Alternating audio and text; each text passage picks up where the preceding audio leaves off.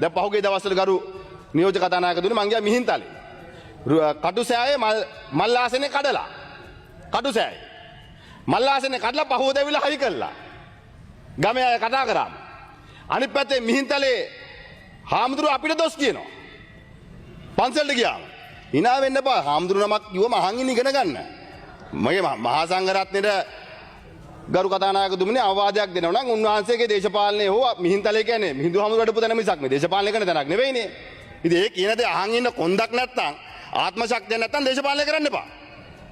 ගරු මහා සංඝරත්නයේ මහා නාහිමිවරයෙක් හෝ හාමුදුරුවමක් හෝ පූජකවරයෙක් හින්දු වෙන්න පුළුවන් කතෝලික වෙන්න පුළුවන් උපදේශක් දුන්නොත් අහන්න ඕනේ. ඒකට හික්කික් ගාලා මෙතන ඇවිල්ලා කෙල්ල හරියන්නේ නැහැ. ඒ හින්දා මේ ඔබතුමාලගේ දේශපාලනයේ සහ ඔබතුමාලගේ නිරාගමික භාවය ඔබතුමාලා තියාගන්න එක අපේ ඇඟට දාන්න එපා. හැබැයි කරුණාකර කියලා අහුම්කම් දෙන්න. දැන් ජනාධිපතිතුමාට පොසොන් පොයට යන්න හොඳයි.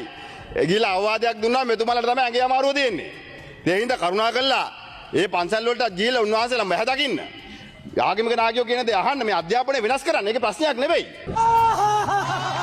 වගේ විහිළු සපයන්න එපා කියලා අපිල් වෙනවා. අර මොකද්ද කිව්වා මේ මිහින්තලේ ගියපු කතාවක් අපිත් දැක්කා.